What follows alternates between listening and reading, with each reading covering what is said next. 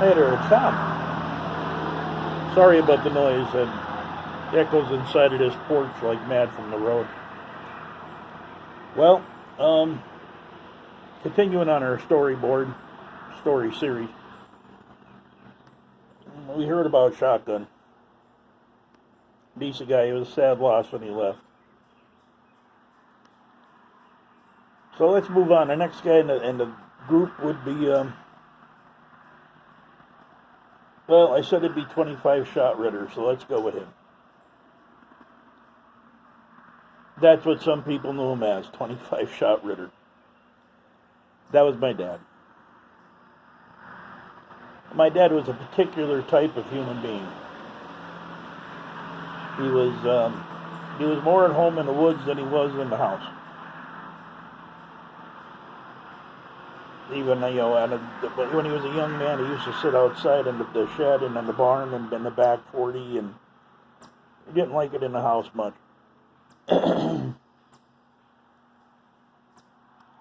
So, where do you begin on this one?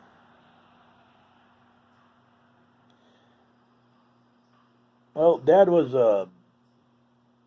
raised in Scranton. He was born in Scranton, raised in Scranton until I think he was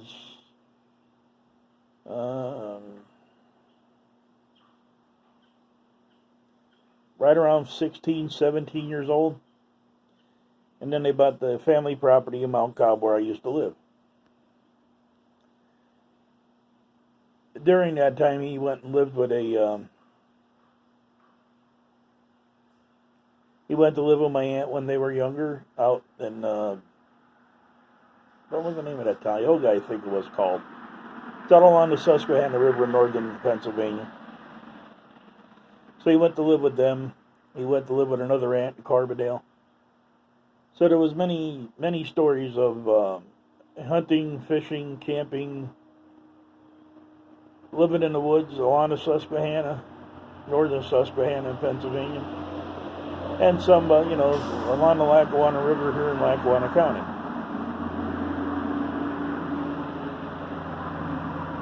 So when Dad was in his teens, he went to work with there used to be a thing called the Civilian Conservation Corps during the Depression. And what they did is they would take people and they'd go out and improve like state roads, stuff like that. And they would get paid a small amount of money, but it was to keep people working and keep the economy halfway going, and to get state better improved. So there was a couple of projects he worked on there, and I forget the name of it, but he used to call them the bean camps, where they went to farms and like a migrant farm worker and picked beans. But then they sent him to Montana, the CCC. And he spent a few years in Montana cutting and logging with a double buck handsaw and double bit and single bit felling axes. So there's some great stories about that, how, the winters, how cold they were. Different stories about the wolves, and the one night he was walking from one camp down to the local store.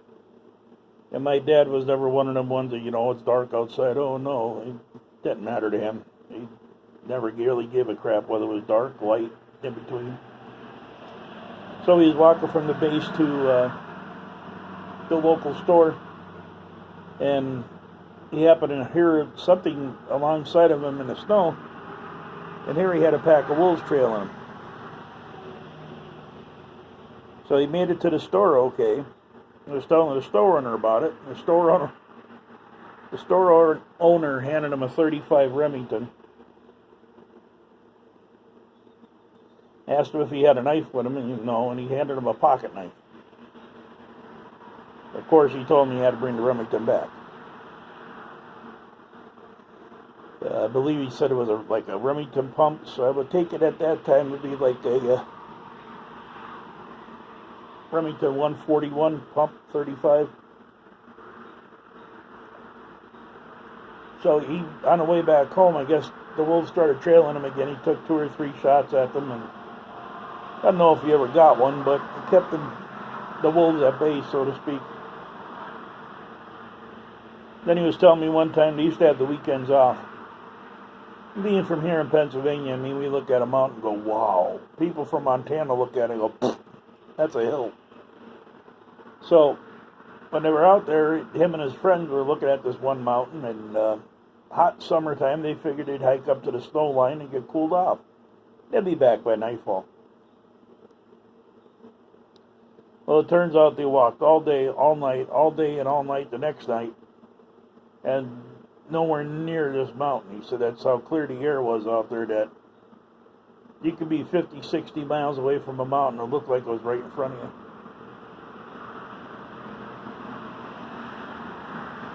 So that's some of his younger days. They moved up to Mount Cobb, I believe it was 1938, about a 38-acre farm. And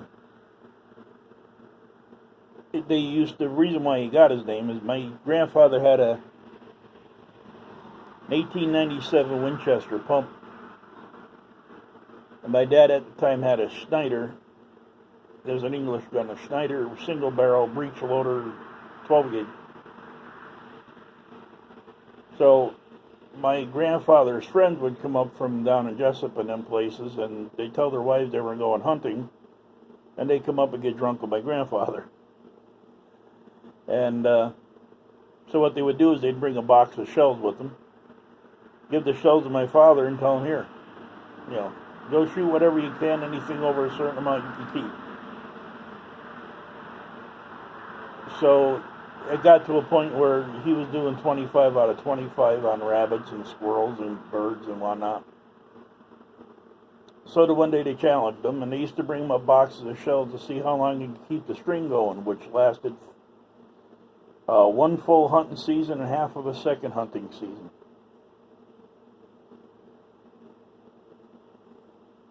Now, the single barrel 12 gauge that he also used at the time, I still have. I still use it. So that'll go to tell you how long, guns back in them days were made to last. It was a 1911 Bay State, which is the forerunner to the Topper 48 by H&R.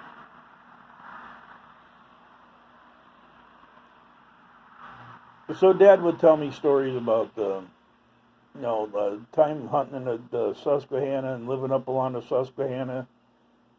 And at the time, they didn't have fishing poles. All they used was a piece of line and, a tree or a piece of, he said willow was the best. Black willow was about the best fishing pole he ever used. And it, just basically tied a string at the end and toss it. He said there was an old gentleman up there on the Susquehanna. I forget what he said his name was.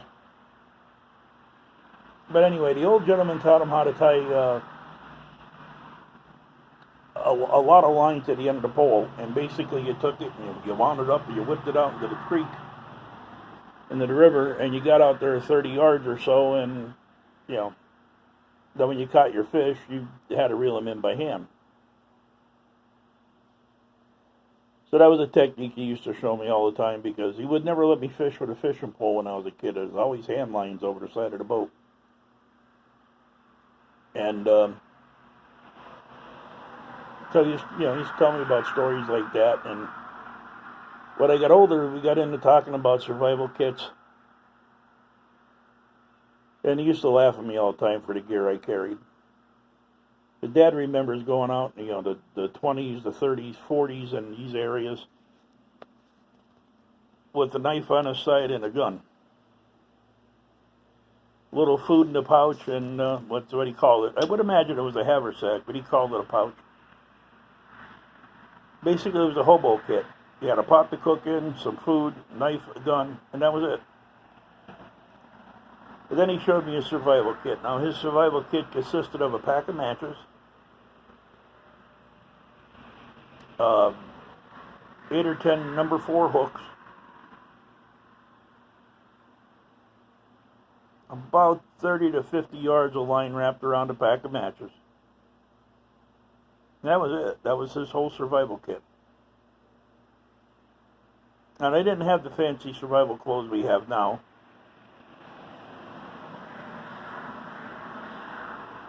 And he ran around in a pair of knickers. woolen knickers, and cotton ones for the summer, pair of shoes, and whatever jacket they had at the time. Some of the particular things he was telling me and showed me about was like, wintertime, deer hunting, build a fire. You can't build a fire, but build a fire. I can't tell you the amount of deer this man has taken over a fire. How to descent your clothes with wood smoke and pine boughs. That was the night before. You left them hanging outside, or you buried them in the snow so that they stayed fresh. Because he said if you brought them inside, the wood smoke from the stoves and stuff would put a scent on them. The deer didn't like that. Yet as long as you had a good hardwood fire going, they'd come into them. I seen it happen.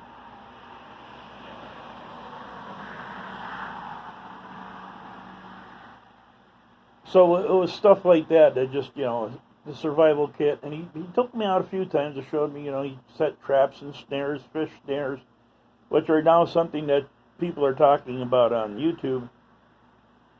My dad showed me them when I was a kid. It's just a bent over branch with a rock in front of it. When the fish hit it, it'd pull the branch up over the rock and it'd spring up and catch the fish. And, how to set trot lines. All kind of stuff like that. We'd spend afternoons down by the creek just showing me, how to native trout. Native trout is not like fishing for the trout we have nowadays. You go out, you stand by a creek, you keep throwing bait in, they eat it. Native trout, you catch one trout in a hole, the whole hole is spooked for hours. So he basically taught me how to fish them holes without spooking the whole place. Stuff like that. He had a backlog of stuff that he knew that was incredible. How to trap, how to snare, you name it. Unfortunately, he would never teach me everything he knew because he did it with my brothers, and my brothers damn near trapped the property completely out. So we're running under the 12-minute mark, so we're going to go to part 2, 25-shot Ritter. And we'll get into some pretty good stories. So we'll see you on the next one.